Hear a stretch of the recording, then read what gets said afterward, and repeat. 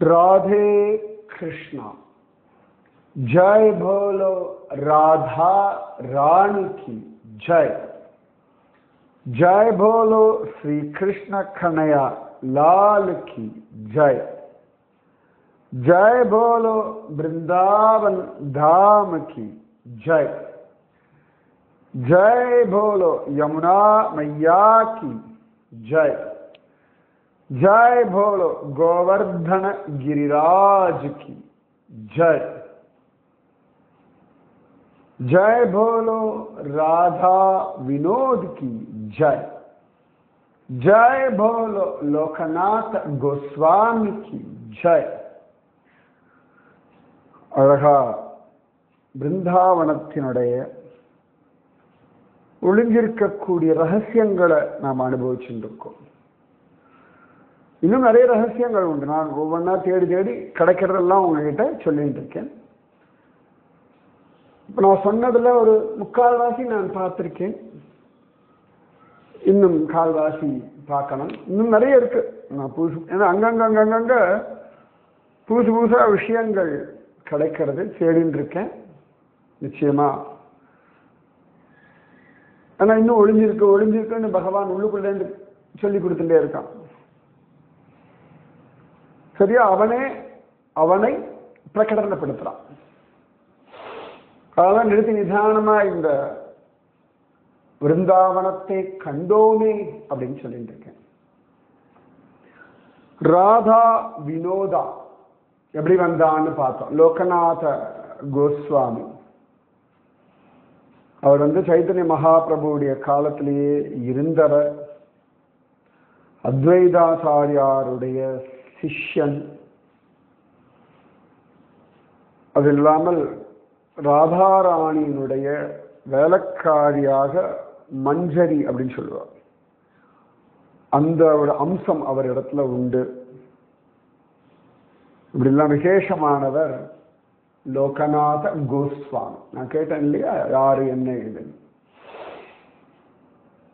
அவர் பூஜை பண்ணதுதான் ராதா வினோத் கிஷோரி குண்ட் அப்படின்னு இருக்கு. அந்த கிஷோரி குண்டிலிருந்து தான் அவனே அவனை காண்பிச்சு கொடுத்தான். ஆனா அவன் இன்னைக்கு இருக்கிறது ராதா கோகுலானந்த கோவில் அப்படின்னு சொன்னேன். இந்த ராதா கோகுலானந்த கோவில்ல ஒரு மூர்த்தி பார்த்துட்டோம், ராதா வினோத். அவ்வளவு அழகா நம்ம லோகநாத கோஸ்வாமி பூஜை பண்ண கிருஷ்ணன். பக்கத்திலேயே விஜய கோவிந்தா அப்படின்னு இன்னொரு கிருஷ்ணனும் ராதையும் உண்டு. பலதேவ வித்யாபூஷண அப்படின்ற ஒரு பக்தர். இவர்கள்லாம் கௌடிய வைஷ்ணவ சம்பிரதாயத்தை சேர்ந்த பக்தர்கள். பலதேவ வித்யாபூஷன் அவரை பத்தி கொஞ்சம் தேடி கண்டுபிடிங்க பார்க்கலாம். அவர் பூஜை பண்ண கிருஷ்ணன் தான் விஜய கோவிந்தா. நம்ம பைட்டன் போனோம்னா விஜய விட்டலன் அப்படின்னு ஒருத்தன் உண்டு. நம்ம ஏக்நாத் மகாராஜ் பூஜை பண்ணவன் மாதிரி இங்க விஜய கோவிந்தன் அப்படின்னு பலதேவ வித்யாபூஷணர் பூஜை பண்ண கிருஷ்ணன். இதுக்கு அடுத்ததாக குட்டியா ஒரு கிருஷ்ணன் உள்ளுக்குள்ள இருக்கா. அங்கேதான் இந்த ராதா வினோதாவும் விஜய கோவிந்தனும் நல்ல ஹைட்டா பெருசா இருப்பான். இந்த சன்னதியிலே முன்னாடி ஒரு குட்டி கிச்சா பெயர் உண்டு. அவன்தான் ராதா கோகுலானந்தா. இந்த ராதா கோகுலானந்தாவை பூஜை பண்ணவர் விஸ்வநாத சக்கரவர்த்தி தாக்கூர்னு சொல்லுவார். தாக்கூர் சக்கரவர்த்தி அப்படின்னா அவரெல்லாம் பெங்காலி. விஸ்வநாத சக்கரவர்த்தி சரியா, விஸ்வநாத சக்கரவர்த்தி பொர்த்தி அப்படிங்கிறவா. நல்ல பெரிய பக்தர். கௌடிய வைஷ்ணவ சம்பிரதாயத்தினுடைய கிரந்தங்களை ரூப கோஸ்வாமி, சனாதன கோஸ்வாமி, நிறைய பேர் எழுதின கிரந்தங்களை பல தடவை வாசிச்சவர். ராதா கிருஷ்ண சம்பந்தப்பட்ட பல புராணங்களை வாசிச்சு அதில் இருக்கக்கூடிய பல விஷயங்களை ஆராய்ச்சி பண்ணி அத்தனை அழகா அதெல்லாம் அனுபவிச்சவர் இந்த விஸ்வநாத சக்கரவர்த்தி.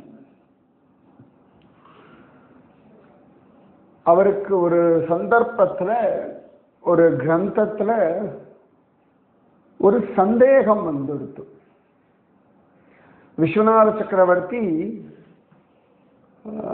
கோவர்தனகிரி பரிக்கிரமா மார்க்கத்தில் இருக்கக்கூடிய ராதா குண்ட், ஷாம குண்ட், அந்த இடத்துல உட்கார்ந்து பஜனை பண்ணிட்டு அங்க உட்கார்ந்து தான் நிறைய பகவத் தியானம் பண்ணிட்டு இருந்தார். ரொம்ப விசேஷமானவர் இந்த விஸ்வநாத சக்கரவர்த்தி. அவ்வளவு அழகா அவருக்கு ஒரு ஸ்திதியில ஒரு ஸ்லோகத்துல சந்தேகம் வந்ததுக்கு அவருக்கு புரியல. ரொம்ப முயற்சி பண்ணி பார்க்கிறார், ஒன்றும் தெரியல. ஒரு கொஞ்சம் அப்படி டல் ஆயிடுறார். அப்ப யோசிக்கிறார், என்னத்துக்கு இந்த வாழ்க்கை, இந்த விஷயம் கூட தெரியாமல் என்னத்துக்காக நான் ஒரு பக்தி பண்ணணும் அப்படின்னு தீர்மானிக்கிறார். அப்படி அவர் பக்தி பண்ணும் பொழுது தானாக அவர் பார்த்தார், ராத்திரி சொப்பனத்துல ராதா குண்டுல ராதா ராணி காட்சி கொடுத்து அவர் எந்த ஸ்லோகத்துக்கான வியாக்கியானம் தேடினாரோ அந்த ஸ்லோகத்துக்கான டெஃபினேஷன், எக்ஸ்பிளனேஷன் எல்லாம் ராதாராணியே அவருக்கு கொடுத்துட்டார். அப்ப எவ்வளவு பெரியவர்னு பார்த்துக்கோங்க, விஸ்வநாத சக்கரவர்த்தி. இதெல்லாம் அவருக்கு ராதா குண்டுல இருந்த பொழுது கிடைச்ச அனுபவங்கள். ஒரு சந்தர்ப்பத்துல அவர் நிறைய விஷயங்கள்ல சில பேர்லாம் வாதம் எல்லாம் பண்ணுவார்கள், ஆர்கியூ எல்லாம் பண்ணுவார்கள். இவர் அதை எக்ஸ்பிளைன் பண்ணி புரிய வைப்பார். ஆனா எப்பொழுதுமே ஒவ்வொரு காலகட்டத்தில் பார்த்தோம்னா சாதுக்களா இருப்பா, சன்னியாசிகளா இருப்பா, விரக்தர்களா இருப்பா, பிருந்தாவனத்துல இருப்பா, கண்ணனே பெரியவன் எல்லாம் சொல்லுவா, ராதாராணியே கதின்னு இருப்பா. ஆனா சம்டைம்ஸ் அவளுக்கே தெரியாமலே அவளுக்குள்ள பொறாமை எல்லாம் வந்தது. அது பணக்காரா ஏழை சாதாரண பாமர ஜனங்களுக்கு தான் அப்படின்னு நினைக்க வேண்டாம், எல்லாருக்குமே எங்கிருந்து இந்த பொறாமை வருகிறதுன்னு தெரியாது, அப்படியோ வந்துடும். அப்ப நிறைய பேர் பார்த்தா இந்த விஸ்வநாத சக்கரவர்த்திய கொன்னுடனும் அப்படின்னு தீர்மானிக்கிறார். அவருடைய காலம்பரை எழுந்து பிருந்தாவனத்துல புஷ்பங்கள் எல்லாம் பிரிப்பார். அந்த நேரத்துல கொன்னுடலாம்னு வரார்கள். அப்ப பார்த்தா அந்த இடத்துல ரொம்ப அழகான ஒரு பெண் இருந்தா, அவள்தான் பூக்கள் எல்லாம் பிரிச்சுருந்தார். அப்ப இவர் கொல்லணும்னு வந்தவர்கள் அவர்கிட்ட கேட்கிறா, நீ யாரு? என்ன? ராதிகாவினுடைய தோழி, அவளுக்காக புஷ்பங்கள் பிரிக்க வந்திருக்கேன், ராதிகாவினுடைய வேலைக்காரி அப்படின்னு சொன்னார். சரி, இப்ப இங்க பூ பறிக்க வருவார், அவரை பார்த்தா? இல்லையா, நான் பார்க்கலையே அப்படின்னு சொன்னா. சரி, அவ வீட்டெல்லாம் பார்க்கறா. சரி, இந்த பக்கம் வந்தா சொல்லி திரும்பி பார்த்தா அந்த இடத்துல அந்த பெண் கிடையாது, திரும்பியும் விஸ்வநாத சக்கரவர்த்தி அவர் தான் இருந்தார். வந்து போயிட்டாவா. அப்பதான் அவளுக்கு புரிஞ்சது, இவர் ஸ்வயம் ராதாராணியினுடைய தோழியாகவே வேலைக்காரியாகவே வாழ்ந்திருக்கார் அப்படின்னு புரிஞ்சுட்டு அப்புறம் அவர்களும் தங்களுடைய பொறாமை எல்லாம் விட்டார்கள். அவ்வளவு விசேஷமானவர் இந்த விஸ்வநாத சக்கரவர்த்தி. அவர் பூஜை பண்ண மூர்த்தி தான் ராதா கோகுலானந்தா அப்படின்னு பேர். அப்ப இந்த ராதா கோகுலானந்தா கோவில்ல லோகநாத கோஸ்வாமி பூஜை பண்ண ராதா வினோதா அவன் இருக்கான். அப்புறமா பலதேவ வித்யாபூஷன் அவர் பூஜை பண்ண விஜய கோவிந்தா அவன் இருக்கான். அதன் பிறகு நம்ம விஸ்வநாத சக்கரவர்த்தி அவர் பூஜை பண்ண ராதா கோகுலானந்தா மூர்த்தி இருக்கான். அது கோகுலத்துக்கு ஆனந்தம் தரக்கூடியவன் கோகுலானந்தன், ராதா கோகுலானந்தா. இந்த 3 மூர்த்திகள். இது இல்லாம 2 முக்கியமான விஷயங்கள் இன்னும் அங்க இருக்கு. ஒண்ணு நரோத்தமதாஸ் தாக்கூர் அவர் பூஜை பண்ண ஸ்ரீகிருஷ்ண சைத்தன்ய மகாபிரபுவனுடைய மூர்த்தி அங்க இருக்கு. அவ்வளவு பழைய மூர்த்தி. அதன் பிறகு சைத்தன்ய மகாபிரபு புரியில இருக்கும் பொழுது ஒரு பக்தர் சைத்தன்ய மகாபிரபுவுக்கு கோவர்தனத்தினுடைய ஒரு கல், ஒரு சிலா. அதன் பிறகு குஞ்சாமணின்னு சொல்வார், குண்டுமணி அப்படின்னு சொல்லுவார். நம்ம குருவாயூர்லாம் போனோம்னு வச்சுக்கோங்களேன், இந்த துவஜஸ்தம்பம் பக்கத்தில் ஒரு பெரிய உருளியில நல்ல சக்கச்சவேல்னு ஒரு மணி போட்டு வச்சிருவார். அது பேர் தான் குந்துமணி, பேரு குஞ்சாமணின்னு சொல்லுவார்.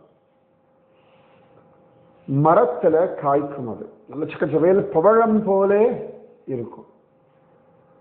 குருவாயூர் ரொம்ப பிடிச்ச அவன் விளையாடக்கூடிய ஒரு மணி அந்த குந்துமணி, குஞ்சாமணி அப்படின்னு சொல்லுவார்.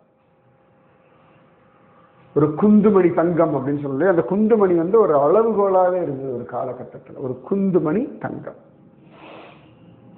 அந்த மாதிரி குஞ்சாமணி கிருஷ்ணனுக்கு ரொம்ப பிடிக்கும். அந்த குஞ்சாமணி அது அழகா கோத்து கோத்து கோத்து மாலைகளா கண்ணன் கழுத்துல யசோதா போட்டு விடுவாளாம். ஸோ கிருஷ்ணன் ரொம்ப ஃபேவரட் அந்த குஞ்சாமணி மாலை. சைத்தன்ய மகாபிரபு புரியில இருக்கும் பொழுது ஒரு பக்தர் அவருக்கு ஒரு கோவர்தனத்தினுடைய ஒரு கல்லும் அந்த பக்கத்தில் இருக்கக்கூடிய அந்த குஞ்சாமணியை எடுத்து மாலையா கட்டி அதையும் சைத்தன்ய மகாபிரபு கிட்ட கொடுத்தார். சைத்தன்ய மகாபிரபு ரொம்ப சந்தோஷமா அதை வாங்கி தலையெல்லாம் வச்சுண்டு கண்ணெல்லாம் ஒத்துண்டு சைத்தன்ய மகாபிரபு ஒரு 3 வருஷம் தன் கண்ணீரால் அபிஷேகம் பண்ணியிருக்கார். அந்த கோவர்தன சிலாவை கையில வச்சுட்டு எப்பயுமே அப்படி நெஞ்சோட சாட்சி வச்சுட்டு கோவர்தன கிரிதாரி கிரிதாரி கிரிதாரி அப்படின்னு சொல்லிப்பார். அப்புறமா அப்படி தடவிலே இருப்பார், கையில வச்சுட்டு. சின்ன கல்லு தான், ஒரு ஸ்கொயர் கல்லு மாதிரி. அதை எப்படி தடவி தடவி தடவி தடவி தடவி தடவி ஜபிச்சுட்டு இருப்பார் ஸ்ரீகிருஷ்ண சைத்தன்ய மகாபிரபு. தடவி தடவி அவருடைய தம்பில் இருக்கக்கூடிய அந்த தம் இம்ப்ரெஷன்லாம் அந்த கல்லில் வந்துடுது, அந்த கோவர்தன சிலால. அந்த சைத்தன்ய மகாபிரபு ரகுநாத தாஸ் அப்படின்ற ஒரு பக்தருக்கு கொடுத்தார். இன்னைக்கு அந்த ரகுநாத தாசருடைய சமாதி கோவர்தனகிரி பரிக்கிரமா மார்க்கத்துல ராதா குண்டு கரையில இருக்கு. இந்த ரகுநாத தாச கோஸ்வாமி அதை பத்திரமா வச்சுண்டு அவர் பூஜை பண்ணி கோவர்தனகிரியே எனக்கு கொடுத்துட்டாரே சைத்தன்ய மகாபிரபு அப்படின்னு ஆனந்தத்தை தலைச்சுண்டு அனுபவிச்சுன்றார். அந்த கோவர்தன சிலாவும் அந்த குஞ்சா மணியும் இன்னைக்கும் பிருந்தாவனத்துல இந்த ராதா கோகுலானந்த மந்திர்ல இன்னைக்கு இருக்கு. சொன்ன ராதா தாமோதர மந்திர்ல சனாதன கோஸ்வாமிக்காக கண்ணன் ஏறி நின்று தன்னுடைய திருவிடை அடையாளம், மாட்டினுடைய குளம்படி அடையாளம், தன் யாரு வைக்கிற குச்சியினுடைய அடையாளம், தன்னுடைய அழகான புல்லாங்குழலுடைய அடையாளம் இருக்கக்கூடிய பாறையை கொடுத்தானோ. இன்னைக்கும் ராதா தாமோதர் கோவில்ல போனோம்னா ஒரு 4 பிரதட்சணம் அதை பண்ணுவார்கள். பண்ணியாச்சுன்னா கோவர்தனகிரி பரிக்கிரமாவுக்கு சமானம் அப்படின்னு காண கிடைக்கிறது. அந்த மாதிரி இந்த ராதா கோகுலானந்த மந்திர்ல அழகா சைத்தன்ய மகாபிரபு ஆனந்தமா வச்சு அதுல தம்பி இம்ப்ரெஷன் விழுறதுன்னா அப்ப எவ்வளவு தூரம் அப்படி தடவி தடவி தடவி தடவி எவ்வளவு ஜபிச்சேப்பார். அவருடைய கண்ணீரால் அபிஷேகம் பண்ண கோவர்தன சிலா இன்னைக்கும் அங்க கேட்டோம்னா காட்டி கொடுப்பார்கள். ஸோ இந்த ராதா கோகுலானந்த கோவில்ல அழகா ராதா வினோதா அவன் இருக்கான். அப்புறமா விஜய கோவிந்தன், ராதா விஜய கோவிந்தன் அவன் இருக்கான். அதன் பிறகு ராதா கோகுலானந்தா அவன் இருக்கான். அழகா ஒரு ஸ்ரீகிருஷ்ண சைத்தன்ய மகாபிரபுவினுடைய மூர்த்தி இருக்கு. அதன் பிறகு சைத்தன்ய மகாபிரபுவே பூஜை பண்ண கோவர்தன சிலா, சைத்தன்ய மகாபிரபு பத்திரமா வச்சுருந்த குஞ்சாமணி மாலை, இது எல்லாமே ராதா கோகுலானந்தன் கோவில்ல பார்த்துடலாம். முன்னாடி தனியா ராதா வினோதா கோவில் இருந்தது, விழுந்துடுத்து. அதுக்கப்புறமா இந்த மூர்த்திகள் எல்லாம் சேர்ந்து இன்னைக்கு ராதா கோகுலானந்த கோவில்ல இருக்கு. ஸோ 3 கிருஷ்ணன் பார்த்துடலாம், ஒரு சைத்தன்ய மகாபிரபுவை பார்த்துடலாம், ஒரு கோவர்தன சிலா, அப்புறம் ஒரு குஞ்சாமணி. இது எல்லாமே இந்த ராதா கோகுலானந்த கோவில்ல பார்த்துள்ளோம். அது இல்லாமல் ஜோரா நம்ம லோகநாத கோஸ்வாமி அவருடைய சமாதி, இன்னும் 2 பேரோட சமாதி அங்க இருக்கு. அது என்னன்னு கொஞ்சம் கூகுள் பண்ணி கண்டுபிடிக்கும். ரொம்ப விசேஷமான ஒரு இடம் இது. நிதிவனம் ராதாரமன் பக்கத்தில், ராதாரமணன் கோவிலிருந்து ஒரு 200 மீட்டர் தூரத்தில் இந்த ராதா கோகுலானந்தன் கோவில் இருக்கு. ஸோ ராதா வினோதா, ராதா விஜய கோவிந்தா, ராதா கோகுலானந்தா, இவா 3 பேரும் இந்த ஒரு கோவில்ல ஆனந்தமா இருக்கார்கள். ஸோ கண்ணன் ஒவ்வொரு பக்தர்களும் பூஜை பண்றா, அந்தந்த பக்தர்களுக்கு ஏற்ற மாதிரி அனுகிரகம் பண்றான், அந்த பக்தர்களுக்கு ஏற்ற மாதிரி ஆவிர்பவிக்கிறான். அந்த பக்தர்கள் காலகதி அடைஞ்ச பிறகும் அவன் இருந்துண்டு பின்னாடி வரக்கூடியவர்களுக்கு தன் அனுகிரகத்தை வர்ஷிக்கலாம். கிருஷ்ண அனுகிரகம் அப்படின்றது நம்ம மேல எப்பொழுதுமே வர்ஷிச்சுட்டுதான் இருக்கு. நம்ம வாழ்க்கையில் நிறைய சம்பவங்கள் நடக்கிறது, நிறைய சம்பவங்களுக்கு காரணம் புரியல, ஏன் நடந்தது எல்லாமே யோசிக்கிறோம். பல விஷயங்களை யோசிக்கிறத விட்டுவிட்டு கிருஷ்ண அனுகிரகம் இவ்வளவும் தாண்டி வந்திருக்கேன், இனியும் நன்னா இருப்பேன், இனியும் கண்ணன் நன்னா வைப்பான் அப்படின்னு அழகா நம்பிண்டு நாமஜபம் பண்ணிண்டு, உங்களுக்கு தெரிஞ்ச ஸ்லோகங்களை சொல்லிண்டு, உங்களுக்கு தெரிஞ்சபடி பூஜை பண்ணிண்டு, ஒவ்வொரு நாளும் கண்ணனுடைய அனுகிரகத்தினாலே வாழ்கிறேன், கண்ணன் என்ன இன்னும் இன்னும் வசத்தி கொண்டு போறான் அப்படின்றது தீர்மானமா புரிஞ்சுக்கோங்க. நீங்க அப்படி லேசா கவனிச்சாலே புரிஞ்சிடும். கிருஷ்ண கிருப்பை எவ்வளவு தூரம் உங்க வாழ்க்கையில என்னெல்லாம் பண்ணிருக்கு, எந்த நிலைமையிலிருந்து எந்த நிலைமையில கொண்டு வந்து இந்த வாழ்க்கையை கண்ணன் கொடுத்திருக்கான் அப்படின்றத அனுபவிச்சு ரசிச்சு கொண்டாடி மகிழ். ஒவ்வொரு நாளும் கிருஷ்ணனுடைய அனுகிரகம் நமக்கும் நம் குடும்பத்தாருக்கும் பூரணமா உண்டு. இதுல குறையெல்லாம் கிடையாது. இப்ப நம்ம வாழ்க்கை சமயங்கள்ல கஷ்டங்கள், பிரச்சனைகள், கவலைகள், சவால்கள் எல்லாம் வந்திருக்கும். அதுவும் கிருஷ்ண அனுகிரகம் தான். இப்ப திரௌபதி கோவிந்தா புண்டரீகாட்சா ரக்ஷமாம் சரணாகதம்னு கத்தினா படவை வந்தது, அது கிருஷ்ண அனுகிரகம். அதுக்கு முன்னாடி துச்சாதன் அவள் புடவையை உருவினதும் கிருஷ்ண அனுகிரகம். அந்த அனுகிரகத்தினாலே தான் கிருஷ்ணநாம பலம் அவளுக்கு புரிஞ்சது.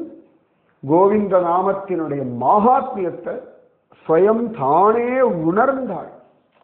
இந்த கிருஷ்ண கிருப்பையை உணரணும் இல்லையா, இந்த கிரேஸ். ஒவ்வொரு விஷயத்திலையும் கிரேஸ் இருக்கு. ஒரு மாட்டினுடைய பால், அதை கொஞ்சோண்டு மோர் விட்டாச்சுன்னா அது அவ்வளோ அழகா தயிர் ஆகிறது. தயிரை நன்னா கடைஞ்சோம்னா அதுல இருந்து வெண்ணெய் தனியா வர்றது. அந்த வெண்ணெயை காய்ச்சி ஆச்சுன்னா நெய் வர்றது. எல்லாம் அந்த பாலுக்குள்ள ஒளிஞ்சின்னு இருக்கா இல்லையா? அது ஒவ்வொரு ப்ராசஸ்ல ஒவ்வொரு விஷயங்கள் வெளிப்படுறது இல்லையா? இப்போ ஒரே வச்ச உடனே வெண்ணெய் வராது, தயிரை கடைஞ்ச உடனே வெண்ணெய் வரும். அதுக்கப்புறமா அந்த வெண்ணெயை எடுத்து உருக்கினா தான் நெய் வரும். இப்போ அது மாதிரி வாழ்க்கையில நமக்கு ஒவ்வொரு விஷயங்கள் புரியறதுக்கு ஒவ்வொரு விதமான ப்ராசஸ் உண்டு உலகத்துல. எப்படி ஒரு ஆண் தனியா இருக்கான், ஒரு பெண் தனியா இருக்கா, அப்புறம் 2 பேரும் கல்யாணம் பண்ணி வாழும் பொழுது குழந்தை அப்படின்ற ஒண்ணு உற்பத்தி ஆகிறது.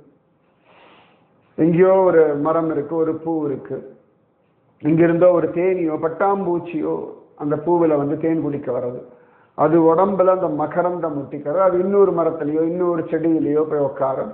அப்ப இது மேல இருந்த மகரந்த தூள் அந்த இன்னொரு பூ மேல உட்காரும் பொழுது அது அப்படியே காயாக ஃபார்மேஷன் ஆகிறது. இப்படி எல்லாம் ஒன்னோட ஒன்னோட ஒன்னோட ஒன்னோட அழகான ஒரு தொடர்பு இருக்கு. நமக்கு கண்ணனுக்குமான தொடர்பு அழகா இருக்கிறதுனால ஒவ்வொரு நிமிஷமும் ஆனந்தமா, சௌக்கியமா, நிம்மதியா, திருப்தியா, ஆரோக்கியமா, உற்சாகமா ஜம்முன்னு இருக்கும். சரியா? ராதா வினோதா, ராதா விஜய கோவிந்தா, ராதா கோகுலானந்தா, இவர்களோட ஆசீர்வாதம் என்னைக்கும் பூரணமா உங்களுக்கு இருக்கு. ஓகேவா? ராதே கிருஷ்ணா, ராதே கிருஷ்ணா, கிருஷ்ணா ராதே, ராதே கிருஷ்ணா, கிருஷ்ணா ராதே, ராதே கிருஷ்ணா, கிருஷ்ணா ராதே, ராதே கிருஷ்ணா, கிருஷ்ணா ராதே. जय बोलो राधा रानी की जय, जय बोलो श्री कृष्ण कन्हैया लाल की जय, जय बोलो वृंदावन धाम की जय, जय बोलो यमुना मैया की जय, जय बोलो गोवर्धन गिरिराज की जय, जय बोलो राधा गोकुलानंद भगवान की जय, राधा विनोद भगवान की जय, राधा विजय गोविंद भगवान की जय. राधे कृष्णा.